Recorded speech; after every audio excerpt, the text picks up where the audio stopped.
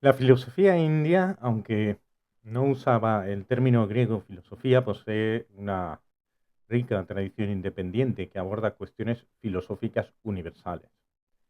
Desde los antiguos Upanishads se nos exhorta a reflexionar sobre el Atman, el yo o el sí mismo, con la promesa de que tal introspección conducirá al conocimiento del mundo entero mediante esa introspección. El filósofo budista Nagarjuna, en el siglo II después de Cristo, ejemplifica esta tradición con argumentos profundos sobre la naturaleza de la realidad, defendiendo la idea de que nada posee una realidad independiente, el svabhava, ¿vale? Nada existe de forma independiente, no hay una realidad independiente. Su método, que es plantear críticas a su propia posición y responderlas, es comparable a técnicas filosóficas occidentales clásicas, mostrando de esa forma la universalidad y la complejidad del pensamiento indio. Además, la filosofía india aborda temas centrales también en la historia de la filosofía occidental, fundamentos del conocimiento, metafísica, lógica, ética y política, con pensadores que pueden compararse con figuras como Sexto Empírico o Epicuro. Sin embargo, la filosofía india también invita a replantear qué es y qué podría ser la filosofía, enfatizando su función práctica y espiritual, no solo especulativa. Un ejemplo significativo es la noción de que la filosofía es parte de una vida buena, un camino hacia la tapas o la austeridad espiritual, representada metafóricamente como la retirada de los sentidos, similar a la tortuga que retrae sus extremidades. El objetivo es el dominio del yo y la superación de deseos y pasiones, logrando una serenidad imperturbable ante placer y dolor. Este ideal no es nihilista, sino que propone una vida de equilibrio, autocontrol y sabiduría, donde vivir bien es su propia recompensa. Bien, en cuanto a las escrituras y las escuelas y sistemas, desde un punto de vista histórico, la historia de la filosofía es vasta y compleja, comparable en extensión y diversidad a la europea, atravesando múltiples periodos, lenguas y tradiciones religiosas, como el hinduismo, budismo, jainismo, islam, etc. El primer periodo lo podríamos decir que está entre aproximadamente el siglo VIII antes de Cristo al siglo II después de Cristo, de nuestra era.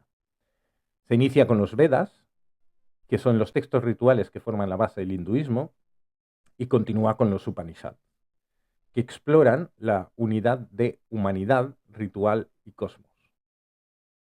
En esta época surgen también dos corrientes críticas, el budismo y el jainismo, con sus propias metas de liberación del sufrimiento y ética estricta. El segundo periodo lo podríamos llamar la edad del sutra, que es aproximadamente entre aquí, digamos, solapan un poco, estaríamos hablando del 100 antes de Cristo hasta el 350 antes de Cristo, más o menos la época romana que tendríamos aquí en Europa. Está caracterizado por la sistematización filosófica a través de los sutras. Los sutras son aforismos y sus bhashyas, los bhashyas son comentarios. De ahí surgen las 6 escuelas clásicas hindúes: el Samkhya, Yoga, Nyaya, Vaisheshika, Mimamsa y Vedanta. Estas escuelas desarrollan conceptos sobre conocimiento, realidad y ética, conformando un cuerpo sistemático de doctrina. El tercer periodo, que sería aproximadamente a partir del siglo I del año 150 de nuestra era hasta el 550 de nuestra era, se distingue por la transición a la escritura en sánscrito de textos budistas y jainistas. Eso intensifica el intercambio y la confrontación intelectual. Destacan figuras budistas como Nagarjuna, fundador del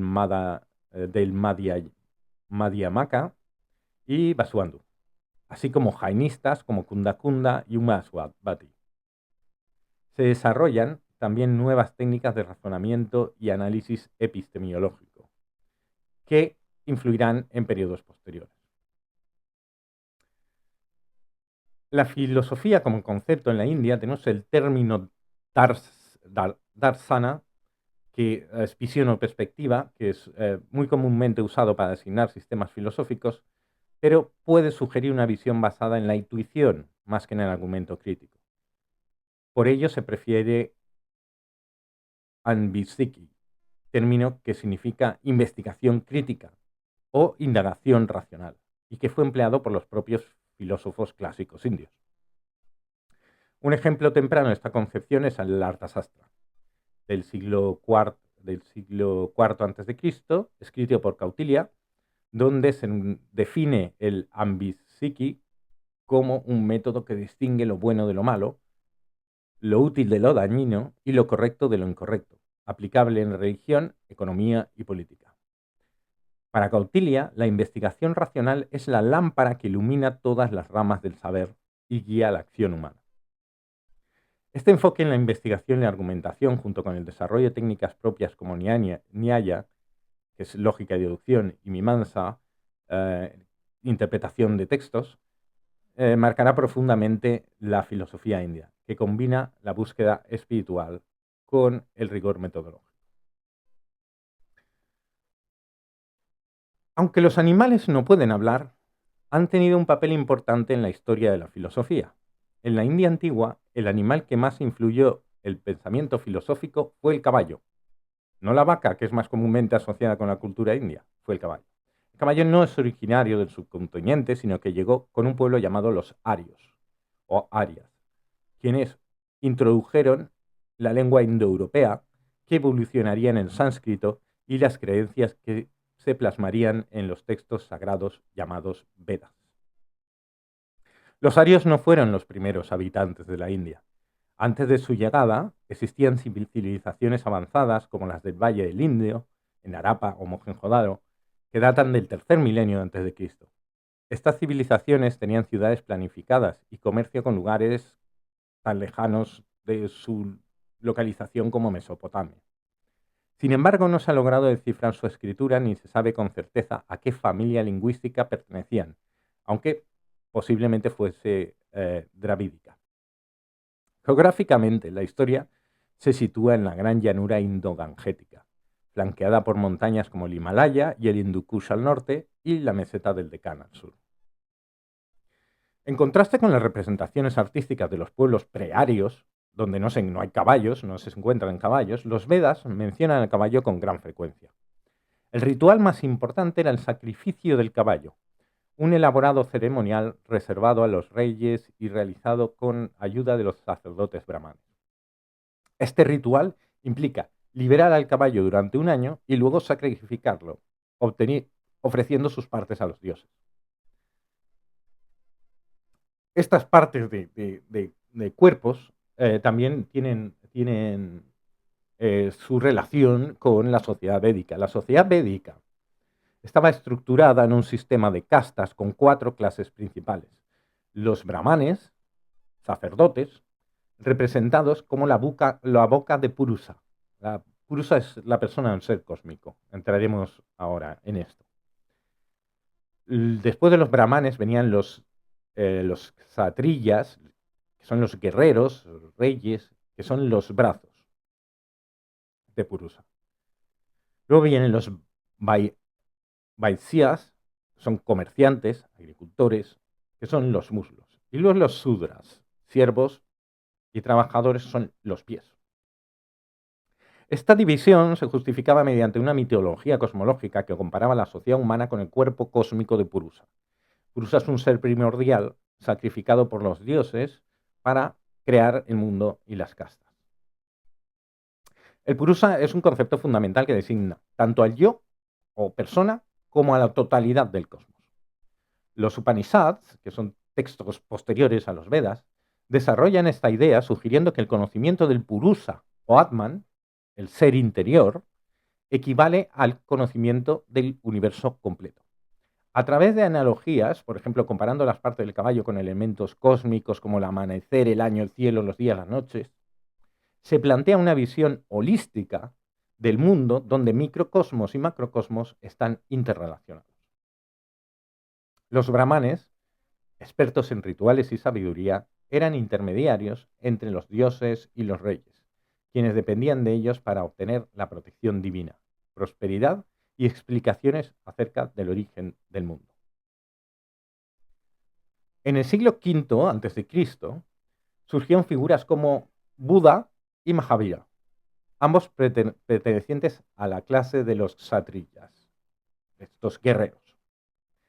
Estos fundaron tradiciones, el budismo y el jainismo, que criticaban la eficacia de los rituales védicos y cuestionaban la posibilidad de alcanzar la verdadera sabiduría a través de estos rituales. Ofrecían una alternativa, la liberación o moksha del ciclo de renacimientos, el samsara, esa rueda del samsara, que es un ciclo continuo de renacimiento, algo que el ritual no podía proporcionar. El budismo incluso desafió la idea misma del Atman o del alma individual, que era una noción central en la tradición brahmánica. Aunque inicialmente podían parecer movimientos marginales, tanto el budismo como el jainismo obtuvieron apoyo político significativo. Por ejemplo, el emperador Asoka, nieto de Chandragupta Maurya, era uno de los Mauryas, era una estirpe o de reyes, adoptó el budismo tras, horrorizado por la violencia de sus propias campañas militares,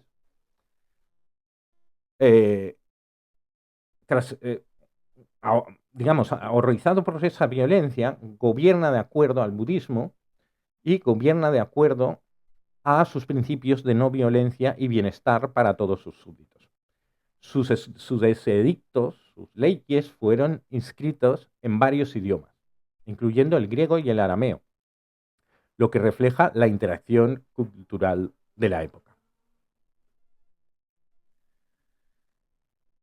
Sobre los Upanishads. La actividad filosófica central no necesariamente radica en la escritura, sino en el diálogo.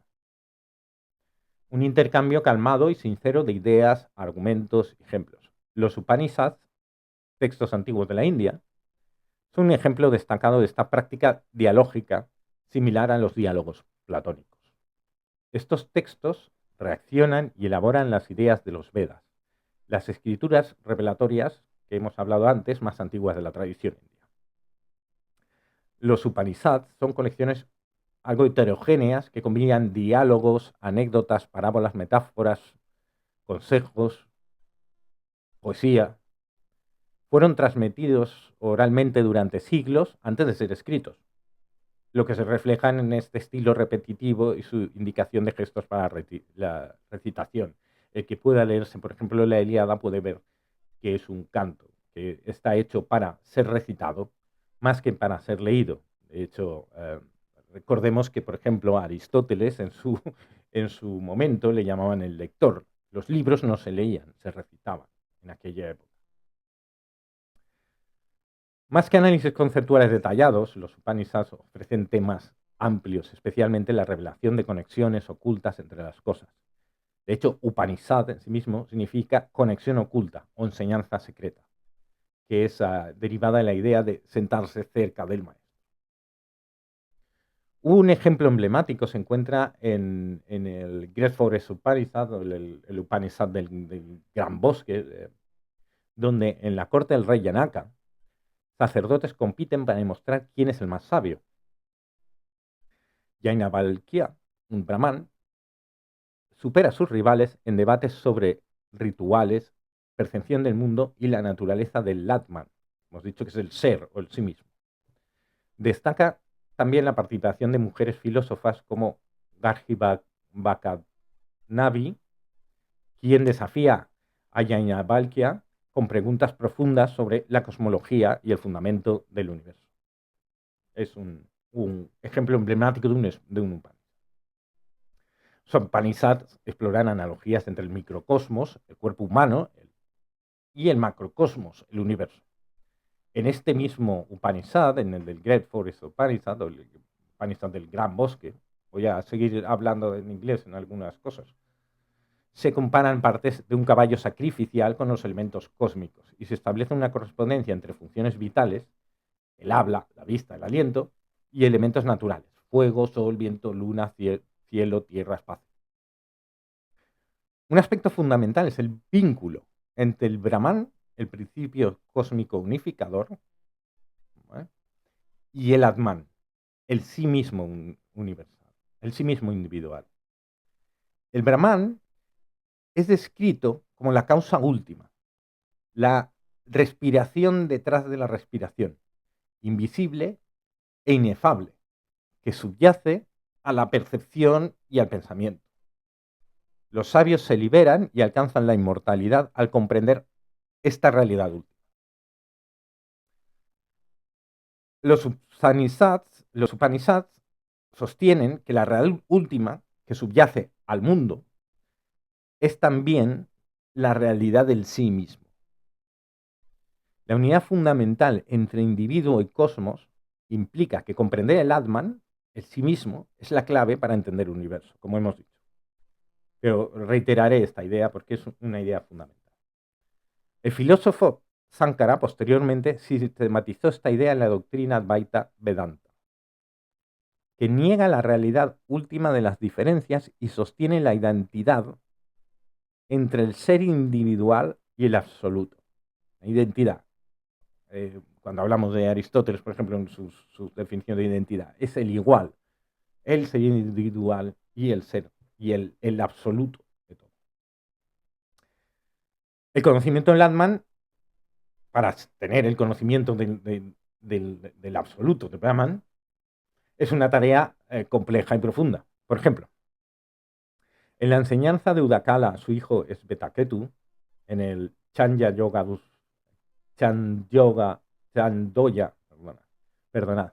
Upanishad, se usa la metáfora de la semilla del árbol bañán para ilustrar que el ser esencial que da origen a todo es invisible y sutil. Los Upanishads describen al sí mismo con 5 envolturas o capas: alimento, aliente, mente, intelecto y dicha, indicando niveles progresivos de autocomprensión. Este proceso no es un simple retroceso infinito, sino un avance hacia niveles más profundos de entendimiento.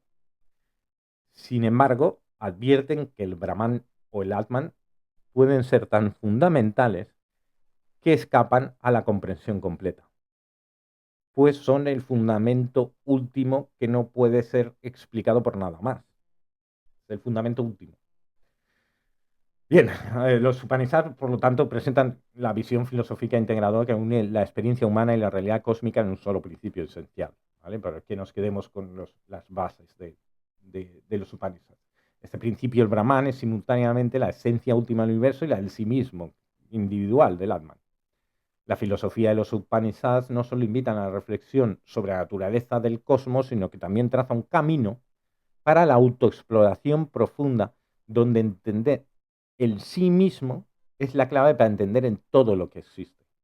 A través de estos diálogos, metáforas y analogías, los Upanishads ofrecen esta guía para desentrañar las conexiones ocultas, que es el nombre de Upanishad, que sostienen la realidad.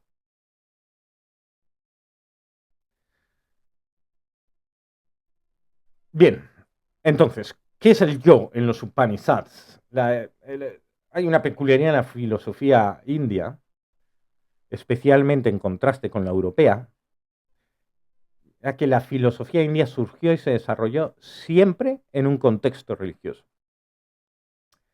Sin embargo, esta distinción no es absoluta, ya que la filosofía europea también estuvo, en cierto momento, ligada a ideas religiosas, sobre todo pasado el siglo V, siglo IV. En los textos antiguos indios, como los Upanishads y el Mahabharata, los dioses aparecen frecuentemente como personajes, incluso en tradiciones donde rechazan ciertos aspectos de la cultura brahmánica, como el budismo, donde los dioses siguen siendo reconocidos y discutidos. Un punto importante es la ausencia de un concepto de creación del mundo desde la nada en los textos indios.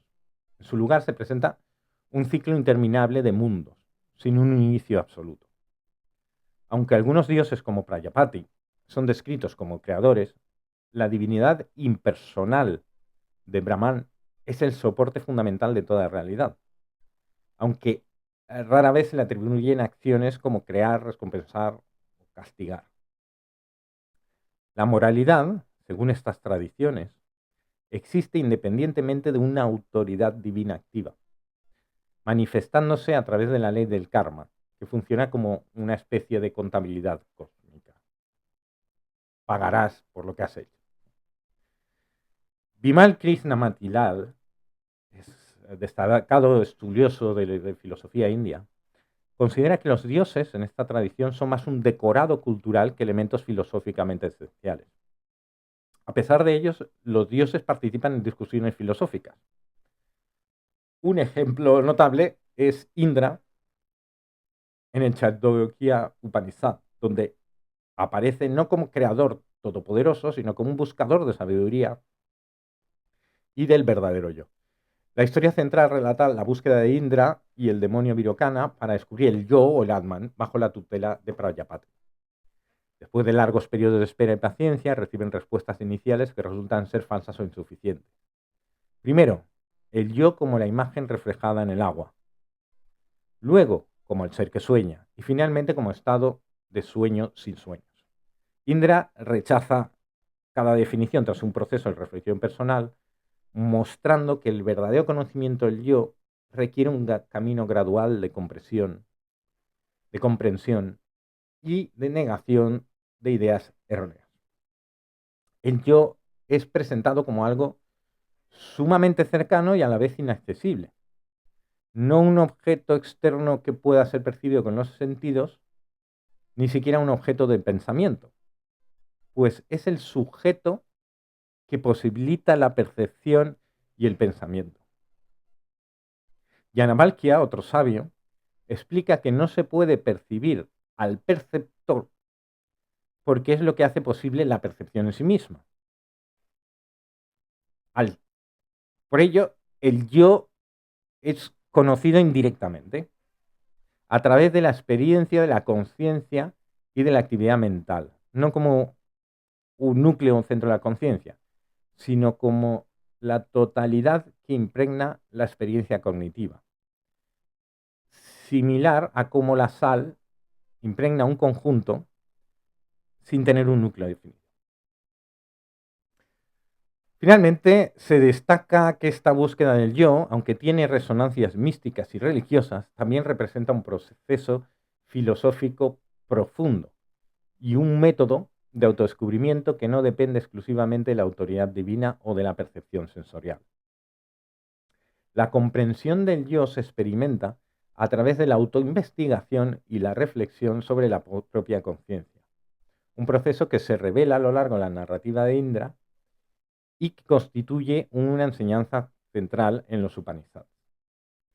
Este conocimiento del yo se distingue de otras preocupaciones religiosas más conocidas, como el ciclo de reencarnaciones y la ley de karma, que temas que serán explorados más adelante. ¿Vale? Vamos a ir, por ejemplo, hablando del ciclo de reencarnaciones y la ley de karma, vamos a explorar cómo es el karma y qué es el karma, el concepto de karma en los Upanishads. Porque el concepto de karma es una idea central de la antigua India. Ha influido notablemente en la filosofía y religión india, especialmente en los textos, en los Upanishads. A diferencia de interpretaciones populares y superficiales como, yo qué sé, Karma Chameleon de Culture Club, la canción, el karma no significa que cuando te vas para siempre, sino que implica un ciclo de renacimiento donde las acciones de esta vida afectan a nuestro destino en la siguiente. Aunque la teoría del renacimiento o de la reencarnación, hablaré del renacimiento y encarnación de forma indiferenciada, puede parecer optimista, pues implica la posibilidad de vivir eternamente en diferentes formas. Para muchos antiguos pensadores indios era más bien una prisión del sufrimiento, un ciclo interminable de muerte y renacimiento que debería ser superado. Este ciclo, conocido como samsara, Está atado al karma y la liberación moksha. O sea, está atado al karma y la liberación, el moksha, solo puede alcanzarse eliminando todo el karma acumulado. ¿Vale? No sé si esto se ha entendido, pero al final este ciclo tú vas acumulando una serie de karma y tú tienes que eliminar todo ese karma, esa contabilidad, ese pago por las acciones pasadas para conseguir la liberación, que es el estado de moksha. Algunos grupos extremos, como los jainas, eh, el jainismo es una corriente filosófica india, por ejemplo, el mismo Gandhi era jainista, practicaban el ascetismo de inmovilidad, permaneciendo inmóviles hasta morir, para evitar cualquier acción que generara ese karma. Otros, como los ayívikas, eran más pesimistas, creyendo que el ciclo de renacimiento era inescapable y que nada podía alterar el destino del predeterminado, por lo que solo quedaba pues esperar millones de años hasta el final del ciclo. El concepto de karma en sí no aparece explícitamente en los Vedas, ¿vale? Antes de los Upanishads. Recordemos que los Upanishads al final son comentarios a los Vedas, algo más complejo. Algunos estudiosos creen que esta doctrina provino de tradiciones indígenas en la región del río Ganges y fue incorporada posteriormente en la cultura brahmánica. Esta hipótesis se sustenta en detalles como el uso del arroz, que es un cultivo del Ganges, no del Valle del Indo, en metáforas y el uso del arroz en todas estas metáforas y rituales. En el Great Forest Upanishad, el gran Upanishad del bosque, se presenta una conversación privada donde se revela la doctrina del karma. Un hombre se convierte en algo bueno por una buena acción y en algo malo por una mala acción. Esta enseñanza oculta subraya que somos lo que hacemos y que la calidad moral de nuestras acciones determina el tipo de vida que tendremos, ya sea en esta existencia o en la siguiente. Aunque a primera vista el karma puede parecer una mera explicación para justificar las desigualdades sociales y fomentar una ética basada en el interés propio, su función principal es afirmar la libertad humana y proporcionar motivación para actuar correctamente. El karma se contrapone a dos filosofías rivales. Los ayívikas, que creían en el destino fijo, niyati, y negaban la eficacia de la acción humana y de la responsabilidad moral. Su respuesta era el ascetismo y la renuncia al mundo. O los karvaka, o materialistas, que negaban la existencia de un más allá. Afirmaban que el ser humano es solo materia que se disuelve con la muerte, por lo que no hay razones morales para actuar bien, promoviendo una ética hedonista. Es materialismo. El karma, por el contrario, sostiene que las acciones deliberadas, guiadas por la razón y la moral, tienen consecuencias que afectan al propio individuo, garantizando justicia cósmica sin necesidad de un legislador divino. Una crítica frecuente es que el karma parece basarse en interés propio y no fomenta el verdadero altruismo. La respuesta budista a esta objeción es la doctrina de anatta o del no yo. Elimina la separación metafísica entre uno mismo y los demás. Por lo tanto, unifica el interés propio y el ajeno.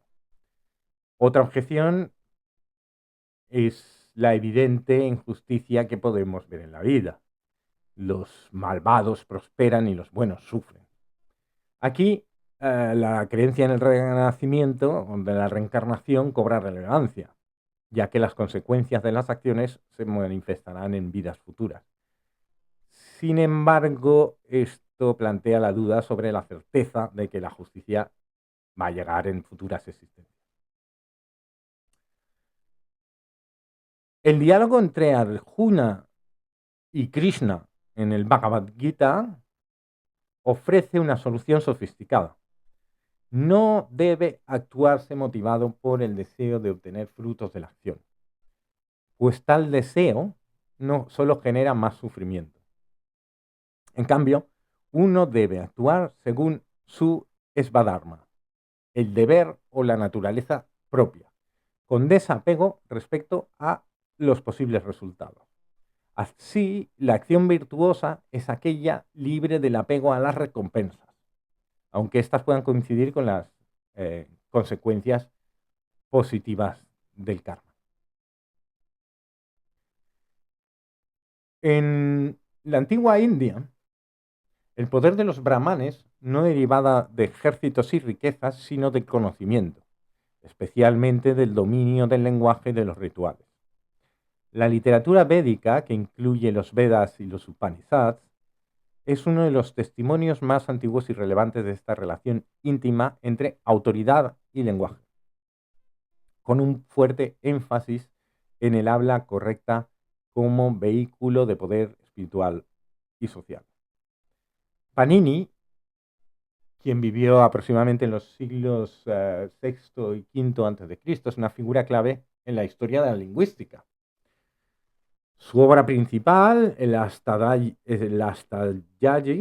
el libro de 8 capítulos, es un tratado técnico y denso que escribe la estructura gramatical del sánscrito a través de miles de aforismos, sutras, breves y memorables, ¿vale? O que facilitan su memorización. Aunque tomó como base trabajos anteriores, su gramática destaca por su precisión y sistematicidad. Sigue siendo un referente para lingüistas modernos, incluso comparable a figuras como Noam Chomsky. La gramática de Panini no puede desligarse del contexto religioso, ya que el sánscrito era considerado un idioma sagrado cuya preservación era fundamental para la continuidad de los Vedas.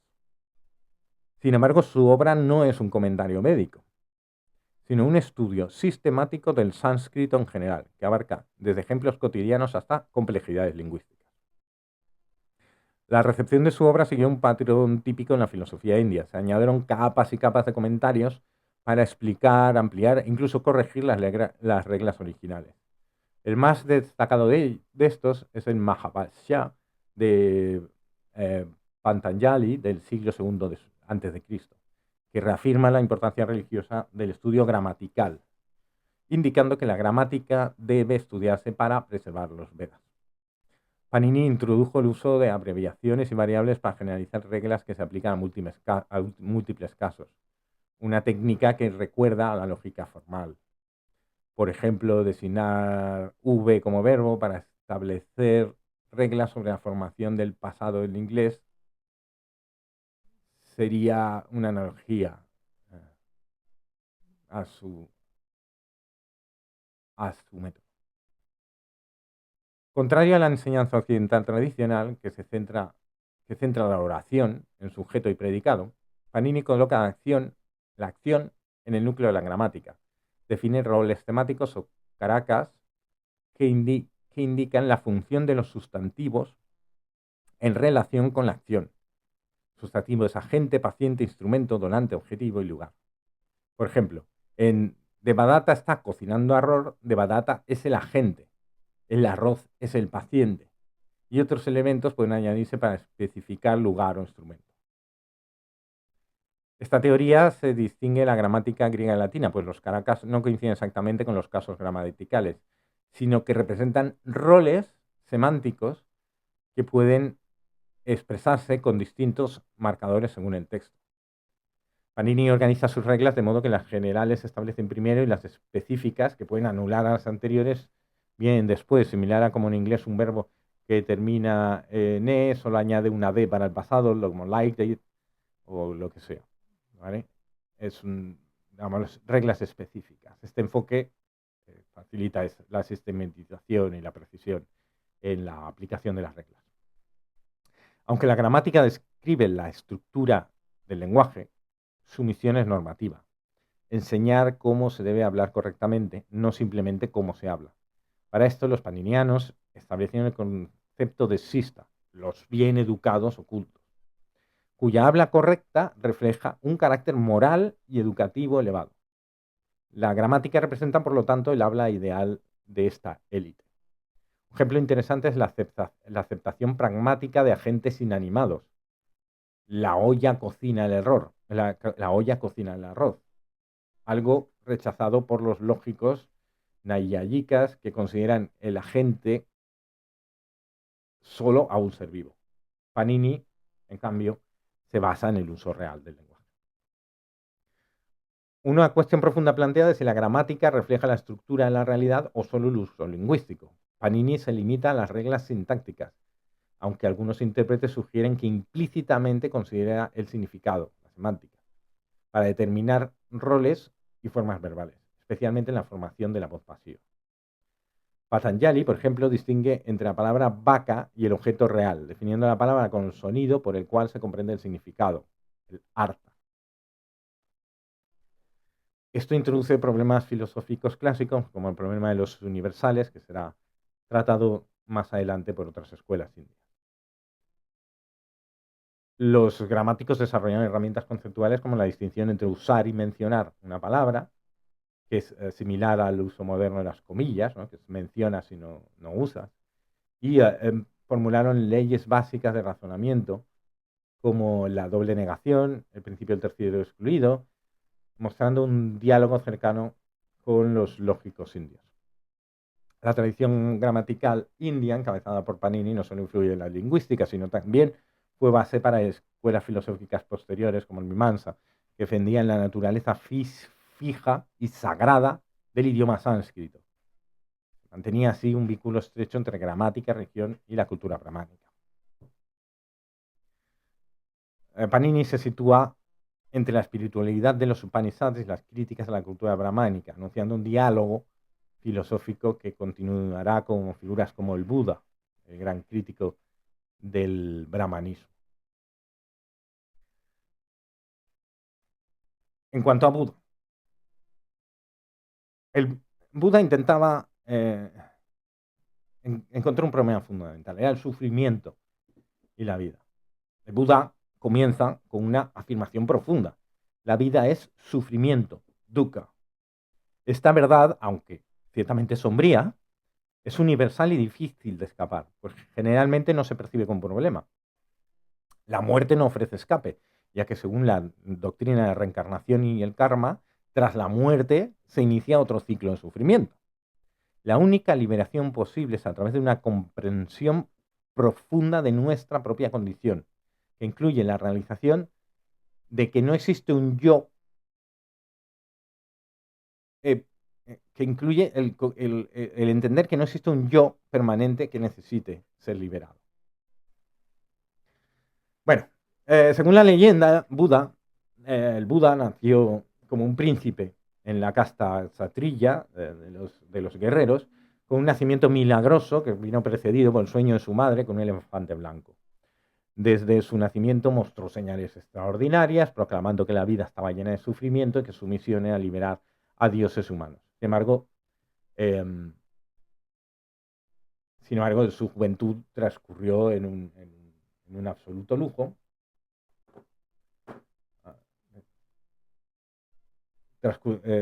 hasta que confrontó la vejez, la enfermedad y la muerte, se confrontó a lo que ocurría fuera del palacio, lo que ocurría la vejez, enfermedad y muerte, lo que le llevó a buscar la iluminación mediante la meditación, rechazando por su parte el ascetismo extremo de la época. Existen para el budismo Buda, cuatro nobles verdades. La primera verdad, la existencia es sufrimiento. La segunda verdad, la causa del sufrimiento es el deseo, taña, un anhelo ligado a la posesión, al placer y al miedo a la muerte. La tercera verdad, es posible liberarse de ese sufrimiento. Y la cuarta verdad, existe un camino para lograr esa liberación. El sufrimiento es inevitable y severo, no es meramente una insatisfacción pasajera, y el apego a las cosas y deseos perpetúa ese ciclo de reencarnaciones y sufrimientos, me vuelvo a reencarnar, ese samsara, ¿no? Por ello, el Buda abandonó su vida principesca y las metas materiales, proponiendo un camino medio, un lugar donde se podía encontrar el hedonismo y el ascetismo extremo. Es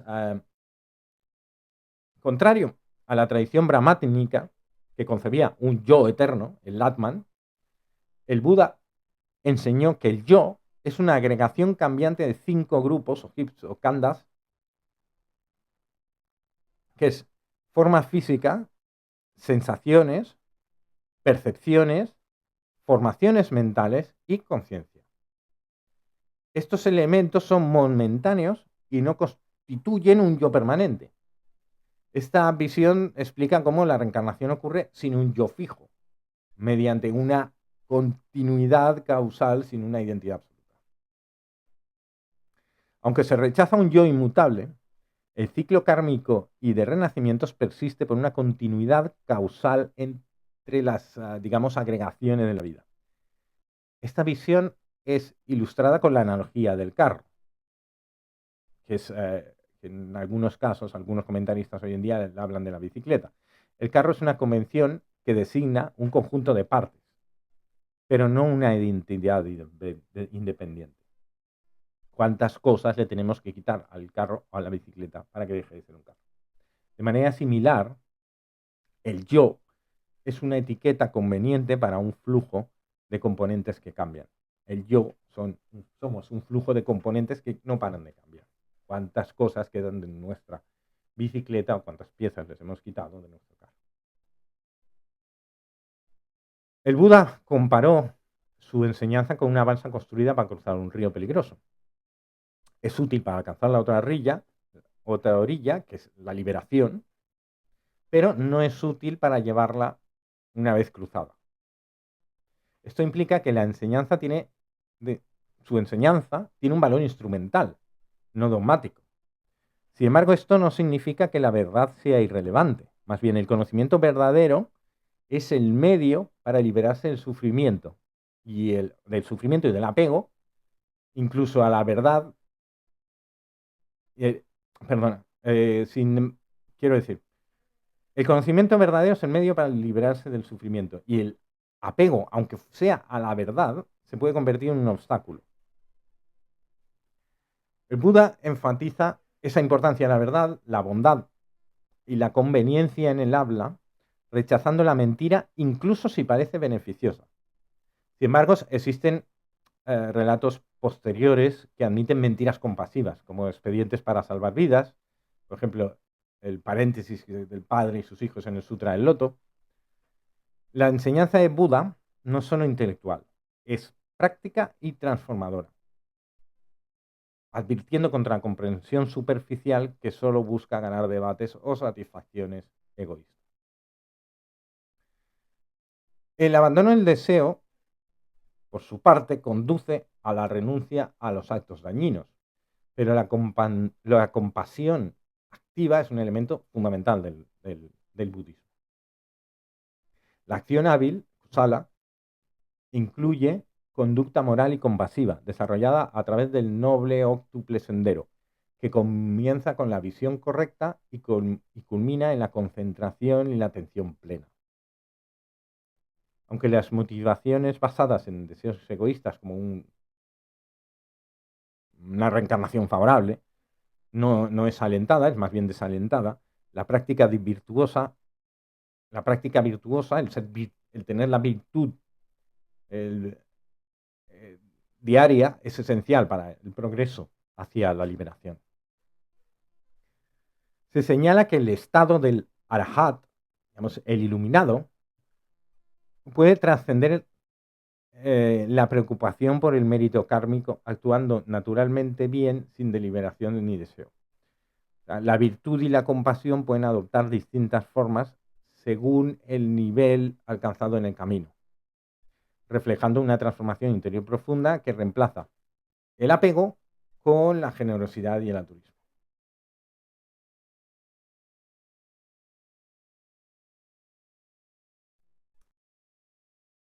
Por otra parte, en la antigua India, vamos a ver un poco el Arthasastra y la figura de Ashoka. En la antigua India, la vida cotidiana y las estructuras sociales están reflejadas en textos como los Upanishads y el canon budista, aunque con limitaciones para entender la realidad común. El Arthasastra surge en su momento como una obra fundamental que regula la vida del rey y la vida del esclavo, la vida de todo el mundo, desde el rey al esclavo, el más importante al menos importante, abarcando temas tan diversos como economía, guerra, ley, relaciones de género. Este texto es crucial para entender el contexto político y social, ya que detalla las obligaciones y características de las cuatro clases sociales, que recordemos, los brahmanes, kshatriyas, vaishyas y sudras. Y también la visión del poder real, ¿vale? en lo que vamos a ver. Aunque el Arthasastra se presenta como una guía práctica para gobernantes, su título puede traducirse como el arte de lo ventajoso, subrayando su carácter estratégico y pragmático. El texto enfatiza esa importancia del danda, la vara o el palo, que representa la fuerza militar y el sistema punitivo estatal. Elementos esenciales, según el Arthasastra, para el mantenimiento del orden y para la estabilidad del Estado. La educación del futuro rey debe incluir esta rama del conocimiento llamada Dandaniti. El autor es tradicionalmente identificado como Kautilya, que era el ministro de Chandragupta Maurya en el siglo IV a.C. y compila y organiza ideas de diversas fuentes, mostrando debates y posiciones múltiples sobre la gobernanza.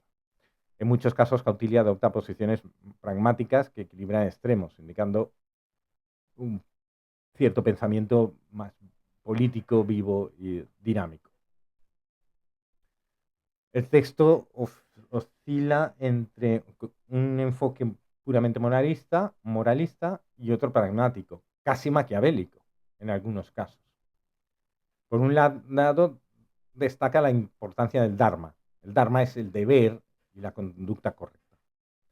La importancia de ese Dharma para cada uno de los grupos sociales y la virtud del rey, cuyo bienestar está ligado al de sus súbditos.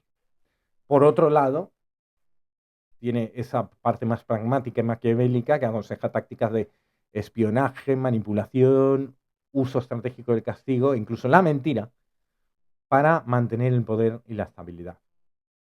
Esta dualidad se puede interpretar como la coexistencia de distintas corrientes de pensamiento o bien la aceptación realista de que la justicia y la moralidad deben adaptarse a las exigencias políticas. Chandragupta, fundador del Imperio Maurya, ejemplifica esta tensión entre la política brutal y la espiritualidad, pues tras un reinado marcado por la conquista y la represión, se dice que adoptó prácticas ascéticas jainistas. Su vida refleja el dilema del gobernante entre ejercer el poder con mano dura o aspirar a una virtud espiritual. Asoka, el nieto del recién citado Chandragupta, es la figura más emblemática de la política antigua india. Conocido inicialmente como Asoka el Cruel, protagonizó actos despiadados como el asesinato de sus hermanos, creación de prisiones completamente atroces. Sin embargo, su vida sufre una transformación radical influenciada por el budismo.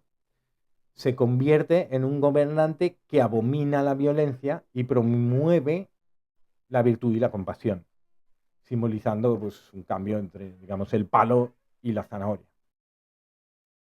Los edictos de Asoka, descubiertos y descifrados en el siglo XIX, muestran un monarca que, aunque está identificado con el budismo, promovía la armonía entre diversas escuelas religiosas y, digamos, un gobierno basado en principios éticos. Sus decretos hacen una exhortación hacia el respeto por la vida, el respeto por la verdad y hacia la bondad hacia animales y esclavos. Establecen, por otra parte, la figura del rey como un padre sabio que educa moralmente a sus súbditos. Asoka buscaba gobernar mediante la persuasión y el dharma, no por el miedo, estableciendo un ideal político que combina poder y moralidad.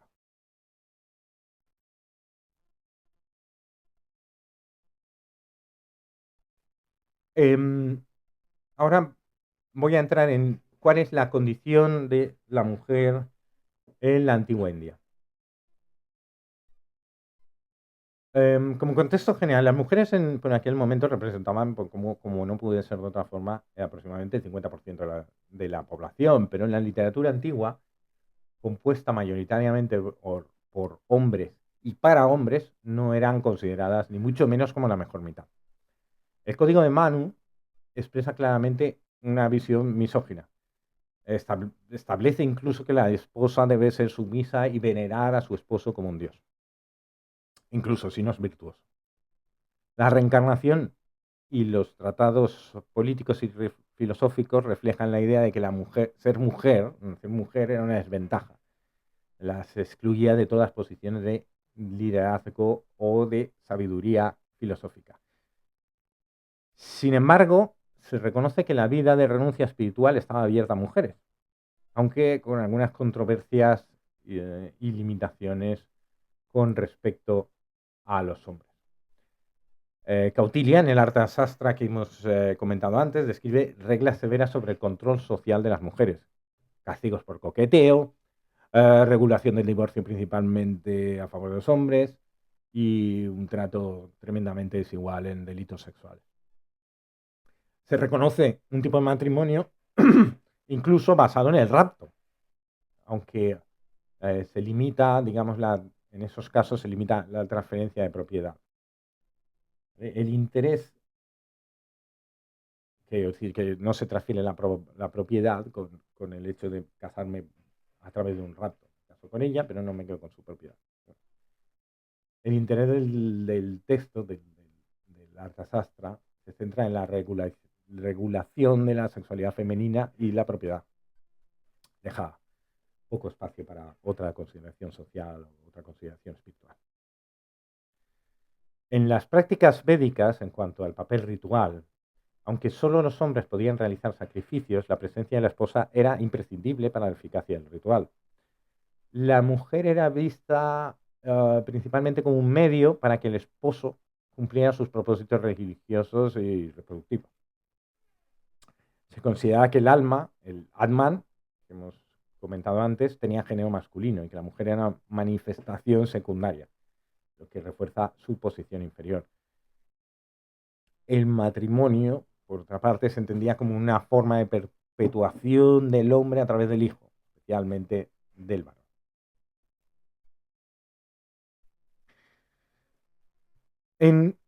La renuncia a la vida familiar y sexual fue un acto revolucionario, especialmente para las mujeres que tradicionalmente debían cumplir con el dharma de esposa y madre, el bien actual de esposa y madre. Sin embargo, existía ese ascetismo y esa renuncia. Los movimientos budista y jainista admitieron monjas, aunque con algunas resistencias y limitaciones. Por ejemplo, en el jainismo, la secta Digambara negaba la liberación de las mujeres, mientras que el Svetambara sí que la reconoce. Incluso el mismo Buda mostró dudas al aceptar mujeres en la comunidad monástica. Con la admisión de su tía como monja, ese acto se produjo, pero se produjo con ciertos reparos. Textos como el Therigatha reconocen testimonios de mujeres que se liberan de la opresión doméstica y el deseo corporal, sugiriendo que la liberación espiritual era posible para ellas, aunque se mantenían ciertos prejuicios sobre su supuesta mayor inclinación hacia el placer corporal.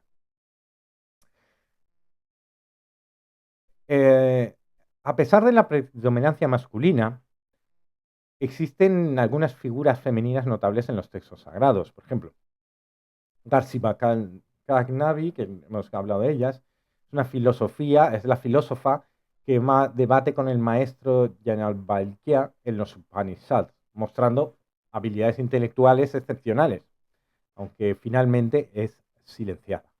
Maitreyi, esposa de Yajnavalkya, quien busca la inmortalidad para sí misma y es parte valorada por su agudeza filosófica. En el Mahabharata, mujeres como Draupadi no solo desempeñan papeles centrales en la narrativa, sino que también actúan como receptoras y transmisoras de conocimiento. La, hip- la épica sugiere que fue escrita para mujeres y sudras, ampliando el alcance del saber sagrado más allá de las élites sacerdotales y guerreras.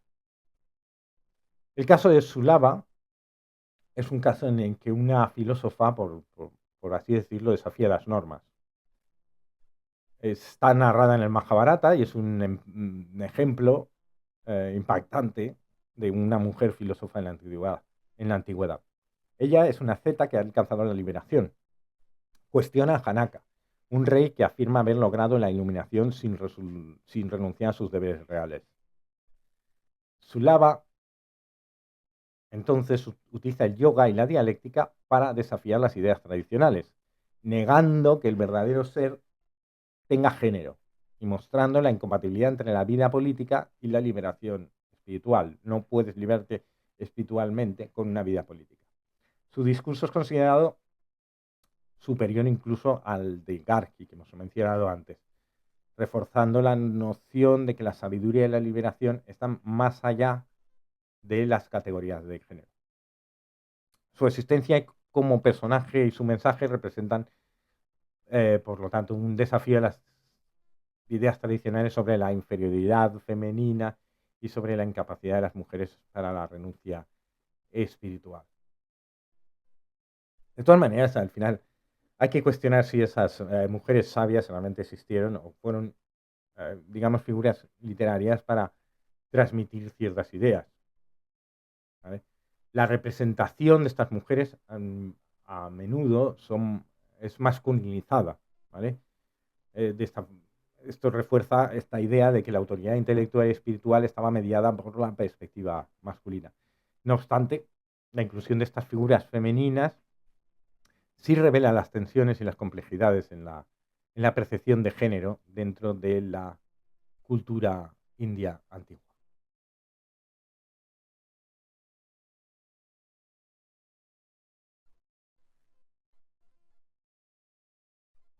Bueno, discute. Bien,